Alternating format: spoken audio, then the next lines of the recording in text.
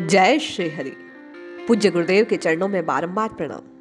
एक साधक भाई ने प्रश्न किया कि स्वर्ग और नर्क का निर्धारण कैसे होता है, सुख दुख की प्राप्ति कैसे होती है।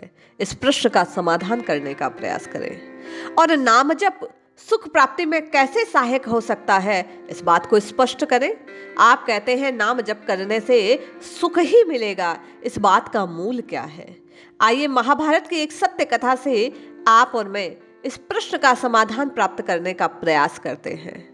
महाभारत के अश्वमेधिका पर्व में युधिष्ठिर और भगवान श्री कृष्ण का संवाद है, जिसमें युधिष्ठिर श्री कृष्ण से पूछते हैं कि सुखी जीवन का रहस्य क्या है, मृत्यु के बाद मनुष्य को स्वर्ग और नर्क कैसे प्राप्त होगा। युधिष्ठिर द्वारा पूछे जाने पर भगवान श्री कृष्ण कहते हैं कि हे युधिष्ठिर, बड़ा सुंदर प्रश्न है तुम्हारा।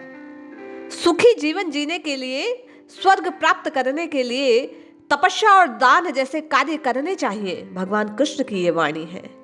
पुण्य कर्म करने से अनजाने में किए गए पाप नष्ट हो जाते हैं। इस प्रकार मनुष्य को नर्क नहीं मिलता, नर्क जाना नहीं पड़ता।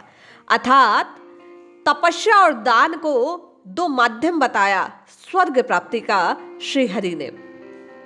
दान को मनुष्य का सबसे बड़ा गुण माना जाता है।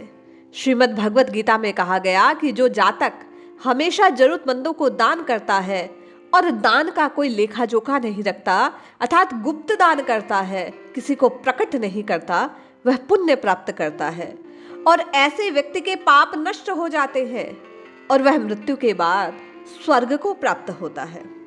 श्री कृष्ण युधिष्ठिर से कहते हैं कि मनुष्य का मन बड़ा चंचल है, वह इधर उधर भटकता रहता है, लेकिन एक ऐसा व्यक्ति जिसका अपने मन पर नियंत्रण नहीं, महत्वाकांक्षी है, वह इच्छाओं की पूर्ति के लिए हे युधिष्ठिर गलत मार्ग का चयन कर लेता है और गलत रीति से कार्य को करने के कारण उसे नरकों में कष्ट भोगना पड़ता है।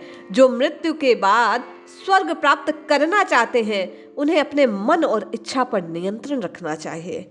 अब आपने पूछा कि नाम जप स्वर्ग प्राप्ति में कैसे सहायक हो सकता है, तो श्री कृष्ण बतला रहे हैं कि मन और इच्छा पर नियंत्रण रखना चाहिए। जब आप नित्य निरंतर 10 मिनट के लिए भी राम राम राम राम राम राम इस प्रकार जपना प्रारंभ कर देंगे, तो कुछ हफ्तों बाद आप अपने व्यवहार में नियंत्रण की बात को स्वीकार करने लगेंगे। कुछ महीनों बाद आपके व्यवहार में बदलाव आपको अनुभूत होने लगेंगे और कुछ वर्षों तक यही निरंतर राम राम राम राम राम राम का उच्चारण आप अपनी जिह्वा से करते रहेंगे, नाम जप करते रहेंगे, तो स्वतः आपके भीतर परोपकार के भाव उत्पन्न होने लगेंगे। इच्छाओं पर आप नियंत्रण करना प्रारंभ कर देंगे। आपका मन आपके अनुसार कार्य करेगा।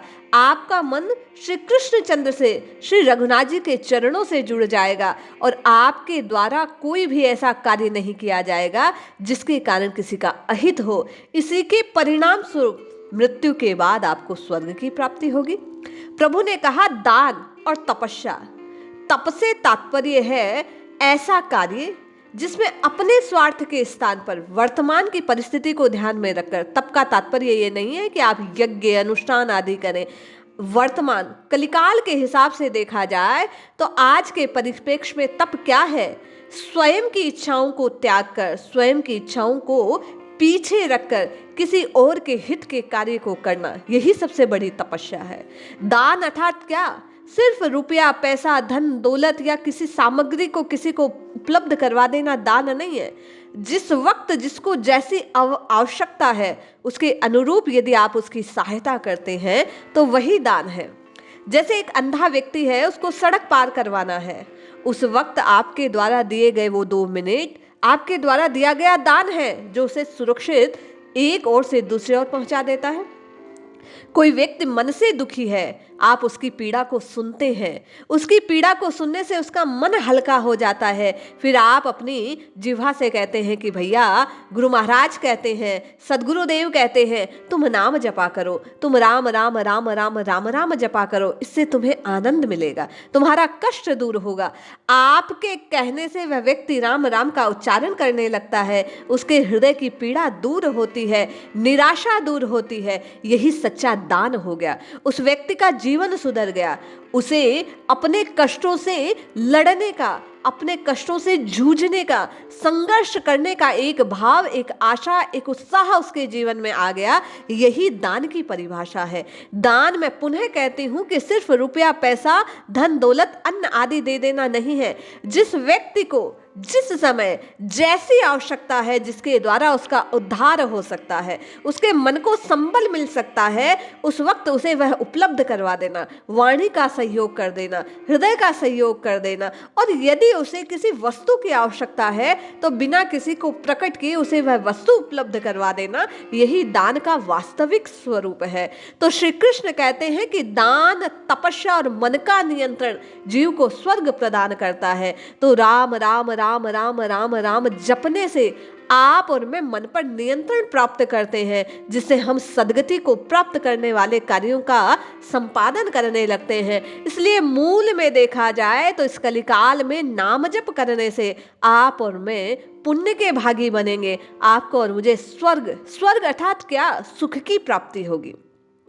जब आप पीड़ा में हो, जब आपके मन में उथल पुथल मच रही हो, उस समय आप किसी जगह पर जाकर आंख मूंद कर 5 मिनट, 10 मिनट, 15 मिनट के लिए मन ही मन राम राम राम राम राम राम का उच्चारण करके देखना। मेरा दावा है भाई बहन, ये अनुभव सिद्ध बात है कि जब आप उस समय राम नाम का उच्चारण करते हैं तो आपके हृदय से विषाद दूर होता है, आपके हृदय को विराम मिलता है, आपके हृदय में विश्राम आता है और आपके हृदय में जो भावनाओं का विष था वह राम नाम के प्रताप से दूर हो जाता है।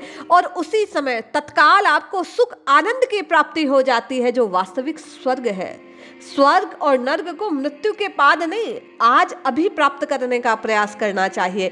इसलिए जपिए जपिए जपिए, नित्य निरंतर राम नाम को जपिए, कृष्ण नाम को जपिए, हरि नाम को जपिए, अपने विषाद से मुक्त होने का प्रयास कीजिए और जीवन रहते स्वर्ग अर्थात सुख को प्राप्त कीजिए, आनंद से जिए। अगर आपको आनंद से जीना है तो सद्गुरुदेव द्वारा बतलाए गए इस मार्ग को अपनाइए, निश्चय मानिए, जिसने जपा उसने पाया, उसे आनंद मिला, सुख मिला, उसे अपने कष्टों से जूझने का एक सहारा मिल गया।